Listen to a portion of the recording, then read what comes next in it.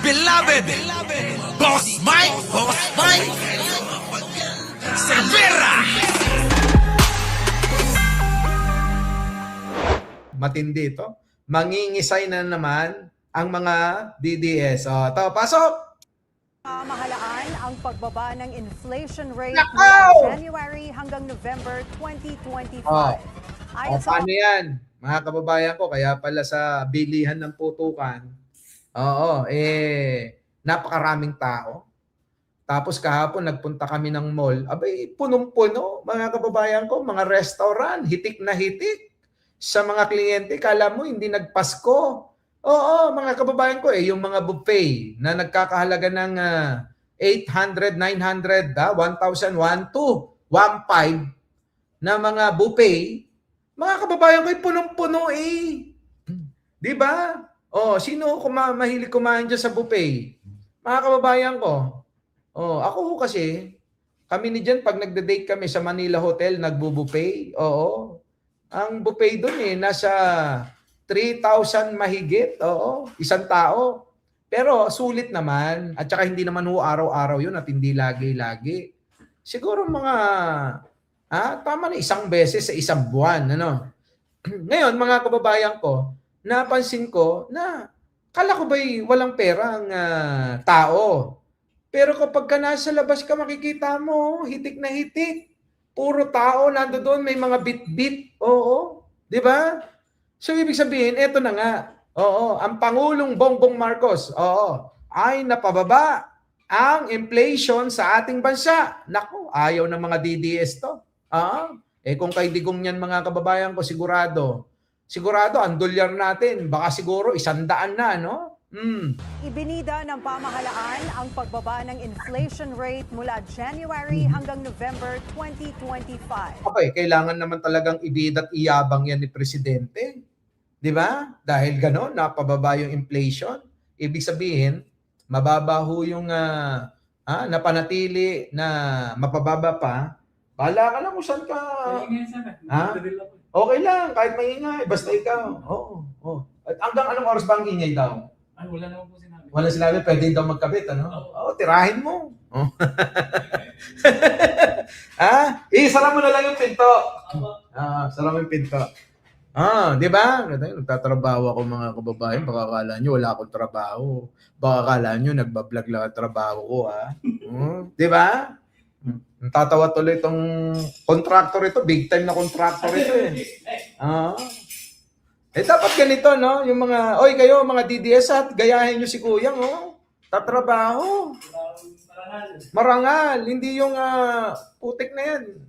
Pabayad kayo ng pabayad kay Sara Duterte. Galing naman sa China yung pera. Di ba? Alam mo ba yun?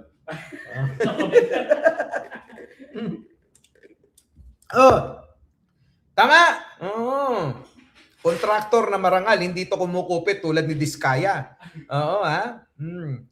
Eto, matagal ko na tong kakilala. Yung pinagawa kong 3-story na bahay, siya rin yung kinontak ko para magkabit ng mga blinds doon. Kasi yung mga dati dito, kortina kasi, nakita mo, no? Kortina? Hindi mo inabot? Wala na, nanggigitata na ho Eto na, mga kababayan ko. Ayon sa Office of the Executive Secretary, Ako? naitala ang Grabe mga kababayan ko, tignan nyo. Inflation rate, bumaba mga kababayan ko. Grabe naman, pababa ng pababa, 2022, 2023, 2024, hanggang sa 1.6% na lang.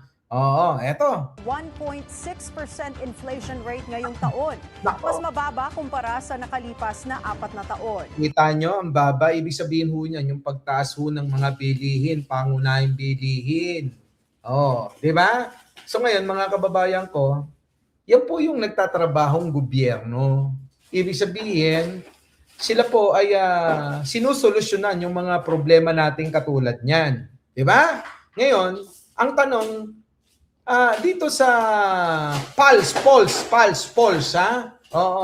sa Pulse Asia, pag-aari ni Bongo yan mga kababayan ko, alam nga naman na maging pabor kay Pangulong Bongbong, yung lalabas at lilitaw sa Pulse Asia, di ba? Siyempre hindi.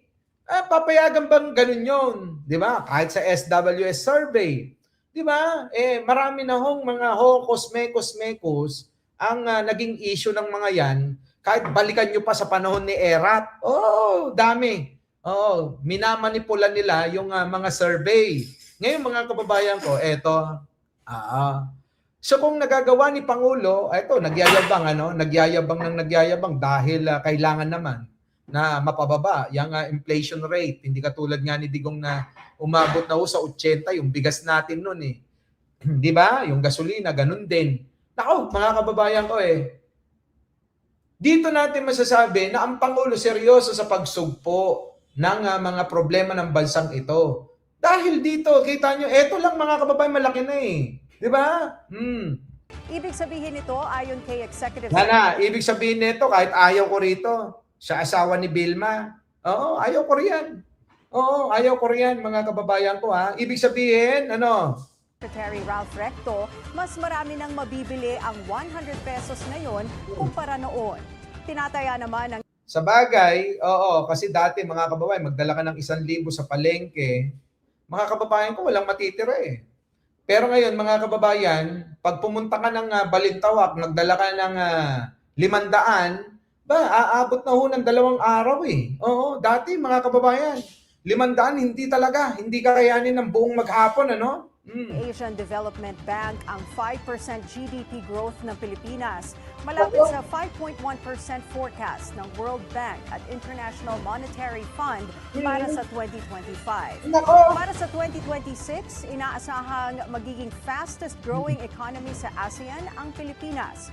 Katuwang ang Vietnam na parehong may 5.6% growth projection ayon pa sa OES. So ngayon, napapaganda ng Pangulong Bongbong Marcos ang ekonomiya ng bansa na hindi ho kasi basta-basta nararamdaman ng ordinaryong mamamayan. Pero yung mga negosyante, yung pong mga nandiyan dyan sa trading, mga kababayan ramdam kagad nila. Siyempre, dahan-dahan yun na mararamdaman ng taong bayan. Na siyempre, ang mga kalaban ni Pangulo, sasabihin nila, niloloko lang sila. Pero yung katotohanan, ang una sana na magreklamo ay yung mga negosyante. Kapag ka nagrereklamo ng mga negosyante, yun na yun. Kaso ang nirereklamo ng negosyante, wala na kayong ginawa kundi mag-away na mag-away. Sa totoo lang hindi naman nang-aaway si Pangulong Bongbong. Kundi ang nang-aaway ay si Sara Duterte na sabik na maging presidente. Tama! Tuloy.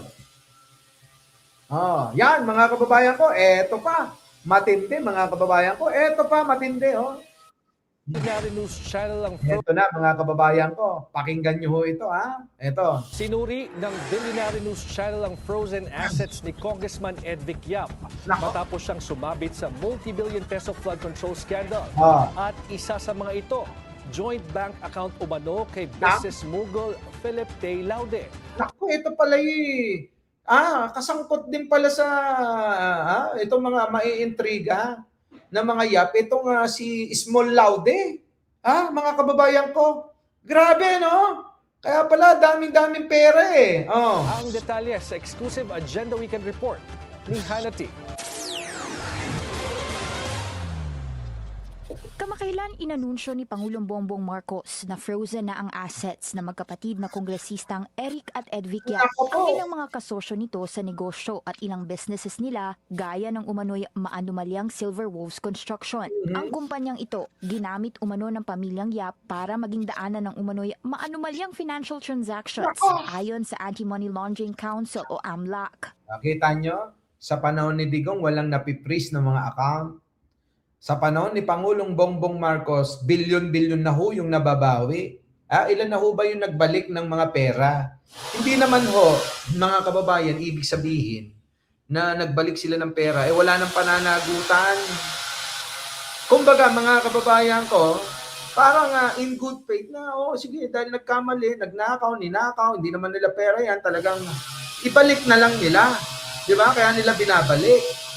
Pero hindi ibig sabihin nun, absuelto na ho sila tulad ng pinapakalat ng mga DDS na tatanga-tanga. Hindi ho, mga kababayan ko. Oh, Ay mahigit 16 billion na ang pumasok sa mga transaksyon ng Silver Wolves Nako. mula 2022 hanggang 2025. nako. Na karamihan ay may kaugnayan sa mga flood control project ng Nako. DPWH. Oh. Sino ba yan? Di ba kakampit na mga tropa ni Pulong yan? Sino ba yung Eric Yap? Di ba? Mga barkada ni Pulong yan na nag-umpisa yung kanilang pagsisibasib ng pondo ng bayan nung panahon ni Digong. Pinuri ng Bilyonaryo News Channel ang ilan sa bank accounts na kabilang sa frozen assets ng mga Yap. Kabilang sa 280 bank accounts na ito, ang isang joint account ni ACT-CIS Party List Representative Ed Vic Yap. Nako, ito pa nga yung isa no? Grabe, no? ACT-CIS. Kaya nga mga kababayan, yung party list na yan, ako, pwede nang i-abolish yan eh. Kung ako masusunod, abolish nyo na lang yan, walang silbi. Parang nadagdagan pa tayo, parang kumuha tayo ng batong ipinukpok sa ulo natin. Yung bang imbis na makatulong, lalo pang nakadagdag problema dahil sa korupsyon. Halos lahat ng party list may issue ng pagnanakaw Di ba? Bakit hindi na lang i-abolish yan mga kababayan ko? Tanggalin na yan, walang kwenta. Tingnan nyo, ako Bicol, mga kababayan, damay, ACT-CIS, damay, yung CWS, kay Edwin Garjola, damay. Yung bang mga kababayan, sila pa yung mga sampid lang kumbaga na naging congressman dahil nga dyan sa party list system na yan. Bigla na lang mga kababayan nagagamit nila sa pansarili nilang kapakanan para magnakaw ng pera. Mga hayop talaga, Yung tingog, sabi ni Argo, di ba? Ay, nako. Kaya nga mga kababayan, abolish na dapat yan Nang negosyanteng si Philip Tay Laude, ang asawa ng social media personality na si Small Laude. Kita nyo mga kababayan, kaya pala gano'n na lang gumastos ng kwarta yung Small Laude. Bagaman hindi explicitly stated sa AMLAC documents ang transactions at umano'y iba pang kaugnayan ni Congressman Ed Vic kay Laude, sinabi ng AMLAC na mayroong probable cause na patawan ng freeze order ang assets matapos maugnay sa umano'y unlawful activities na posibleng lumabag sa Anti-Graft and Corrupt Practices Act. Nakapagtala umano ang AMLAC ng pinakamalalaking transactions sa mga bank account na nakapangalan kay Congressman Ed Vic noong 2022 at 2023. Ilan sa mga identified sender of funds sa mga account na ito ang ilang contractors na sangkot ngayon sa flood control scandal gaya ng Unimax at St. Timothy Construction ng mga Diskaya. So, ibig sabihin parang iisang circle lang sila. Kasi meron naman akong kakilalang contractor na may GC sila, sila. Yung nag-uusap, mga kababayan ko, nagchichismisan, parang tayo. Di ba may GC tayo? Sila rin yung mga yan. Sila Eric Yap, sila Diskaya, sila Martin Romualdez, Saldico, sino pa? Basta yan, sila Pulong. Magkakasama rin sa GC ang mga yan Oo, nagpapaligsahan kung gaano nakarami yung mga nanakaw nila si Argo. Argo, bangungot yan. Gumising kayo talaga. Mag-away si Argo. Tara. Total ng direct transactions sa mga contractor na ito aabot sa 161 worth 4.7 billion pesos. May outward international remittances din daw si Congressman Ed Vic sa ilang beneficiaries na tila mga kumpanyang involved sa sale and distribution of high-end luxury vehicles. Located ang mga kumpanya sa Germany, United Arab Emirates, California, Canada at Netherlands.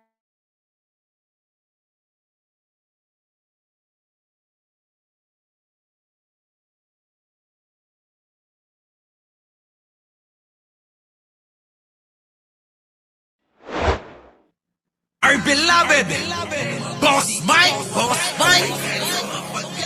Cervera.